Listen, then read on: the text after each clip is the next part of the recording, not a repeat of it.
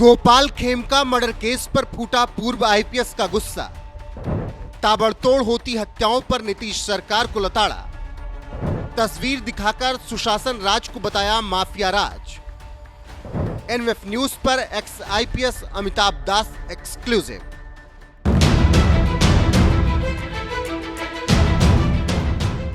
लालू के दौर में ताबड़तोड़ होते मर्डर, अपहरण, फिरौती, रंगदारी जैसे वारदात की वजह से जिस बिहार को कभी जंगल राज का पर्याय कहा जाता था, उस बिहार की सत्ता जब सीएम नीतीश कुमार के हाथों में आ गई तो उन्होंने बिहार के माथे पर लगे जंगल राज का कलंक मिटाने के लिए पूरी ताकत झोंक दी।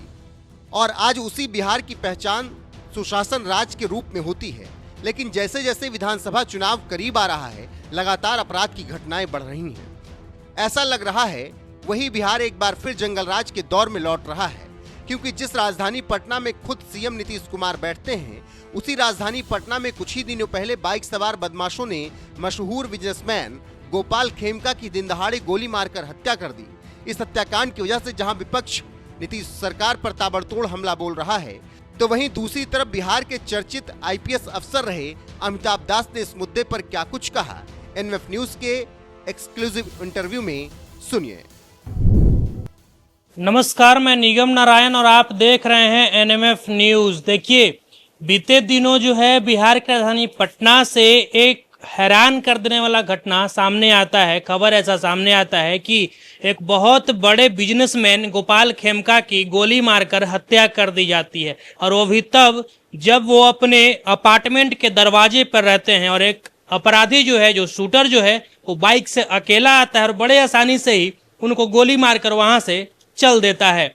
अब इसी मुद्दे पर खास बातचीत करने के लिए हमारे साथ बहुत ही चर्चित पूर्व आईपीएस अमिताभ सर हैं। सर, बहुत स्वागत है आपका। जी धन्यवाद आपका, थैंक यू। सर, क्या कहेंगे जिस तरीके से गोपाल खेमका जो कि बहुत बड़े उद्योगपति थे, बिजनेसमैन थे, उनकी हत्या कर दी जाती है इस सुशासन राज में, इस पर क्या कहेंगे और किस प्रकार से देखते हैं? हालांकि 6 साल पहले भी 2018 में इनके बेटे की भी ठीक ऐसे ही हत्या हुई थी इंडस्ट्रियल एरिया में, हाजीपुर में। कैसे देख रहे हैं सर? पहली बात तो ये सुशासन राज है नहीं, ये तो माफिया राज है। जो हमारे मुख्यमंत्री हैं पलटू राम, वो माफिया डॉन अनंत सिंह के चपरासी बन चुके हैं, इसलिए सुशासन राज ये नहीं है। और दूसरी बात आपने चर्चा की, अभी तो बहुत देश भर में इसकी चर्चा है। गोपाल खेमका हत्याकांड की 4 जुलाई की रात को उनकी हत्या हो गई। बिहार के टॉप उद्योगपतियों में उनका शुमार होता था और बांकीपुर क्लब से आ रहे थे, खुद कार चला के आ रहे थे। जब बिल्कुल अपने गेट पर पहुंच गए तो एक बाइकर ने आके उनकी हत्या कर दी। और इस हत्या पर और ज्यादा हंगामा इसलिए मचा क्योंकि 6-7 साल पहले 20 दिसंबर 2018 को उनके बेटे गुंजन खेमका की भी हत्या हो गई थी। वैशाली जिले में हाजीपुर औद्योगिक इलाका है, उसमें फैक्ट्री के गेट पर मार डाला गया था। उसका भी पुलिस ने ठीक से उद्भेदन नहीं किया। उसमें एक मस्तू वर्मा नाम का अपराधी पकड़ा गया था, बाद में मस्तू वर्मा की भी हत्या हो गई। तो अब गोपाल खेमका की हत्या को लेकर देश भर में हंगामा हुआ। राहुल गांधी ने ट्वीट किया कि बिहार जो है वो इंडिया का क्राइम कैपिटल बन गया है, अपराध की राजधानी बन गया है बिहार। तो सरकार पर बहुत प्रेशर था रिजल्ट देने का।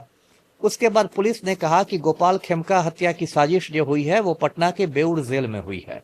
अभी 2-3 दिन पहले बेउर जेल में बहुत बड़ा रेड हुआ, जिसमें पटना के कमिश्नर थे, आईजी थे, 4 सिटी एसपी थे, 15-16 थानों की पुलिस थी। ऐसे रेड में कुछ खास मिला नहीं, खुदा पहाड़ निकली चूहिया, लेकिन फिर भी रेड में काफी धूमधाम से किया गया।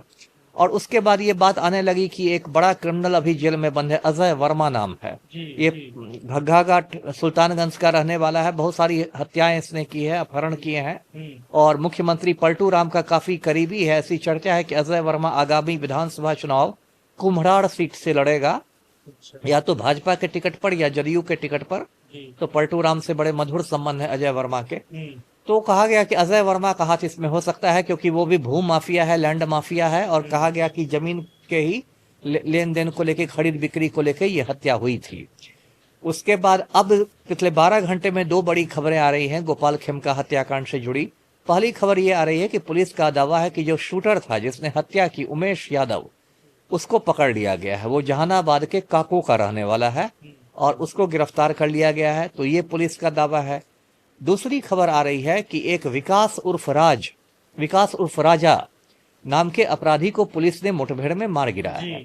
पटना जिला में एक माल सलामी थाना है, माल सलामी थाना में एक है पीर दमड़िया घाट गंगा किनारे, वहीं पर इसको मुठभेड़ में मारा गया है, राजा उर्फ विकास को। लेकिन उसको लेके थोड़ी असमंजस की स्थिति बनी हुई है।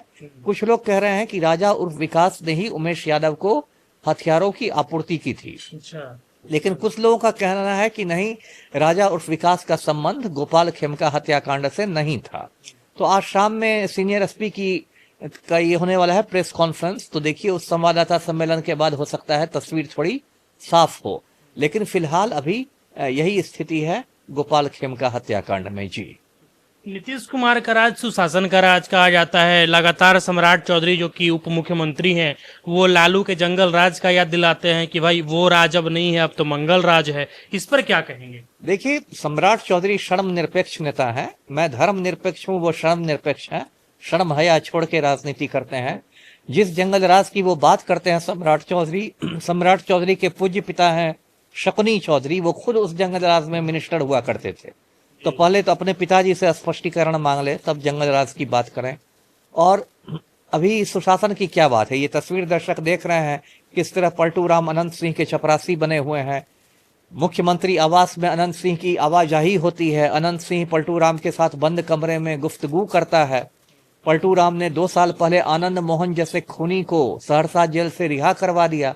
उसके लिए बिहार सरकार के कायदे कानून बदल दिए गए, जेल मैनुअल को बदल दिया गया, क्योंकि पलटू राम को लगा कि आनंद मोहन को छोड़ देने से राजपूत वोट बैंक में हमारी सिंध हमारी हो जाएगी। तो ये तो बिहार की स्थिति है।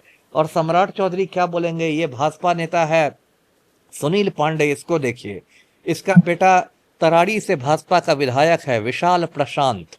और ये जो विधायक जी के पूज्य पिता हैं सुनील पांडे, इनके हाथ में AK-47 राइफल है, जो एक प्रतिबंधित हथियार है। कोई भी व्यक्ति AK-47 नहीं रख सकता है। फिल्म अभिनेता संजय दत्त के पास AK-56 बरामद हुआ था, तो मुन्ना भाई 3-4 साल जेल में रह गए थे। तो सम्राट चौधरी को तो पहले चाहिए, कितने जांबाज उप मुख्यमंत्री हैं, तो पुलिस का रेड करवाएं, सुनील पांडे के घर पर इस AK-47 को जब्त करवाएं और सुनील पांडे को आर्म्स एक्ट में जेल भेजवाएं। जी, तो चलिए, ये आपने सुना किस प्रकार से अमिताभ दास जी जो हैं वो बिंदास तरीके से अपनी बातों को रखे और गोपाल खेमका हत्याकांड को लेकर के खुलासे किए। बाकी अब आपकी जो कुछ प्रतिक्रिया है कमेंट बॉक्स में दे दीजिएगा और ऐसे ही तमाम अपडेट्स के लिए हमारे चैनल को सब्सक्राइब कर लीजिएगा। अभी के लिए फिलहाल इतना ही, मुझे दीजिए इजाजत। जय हिंद।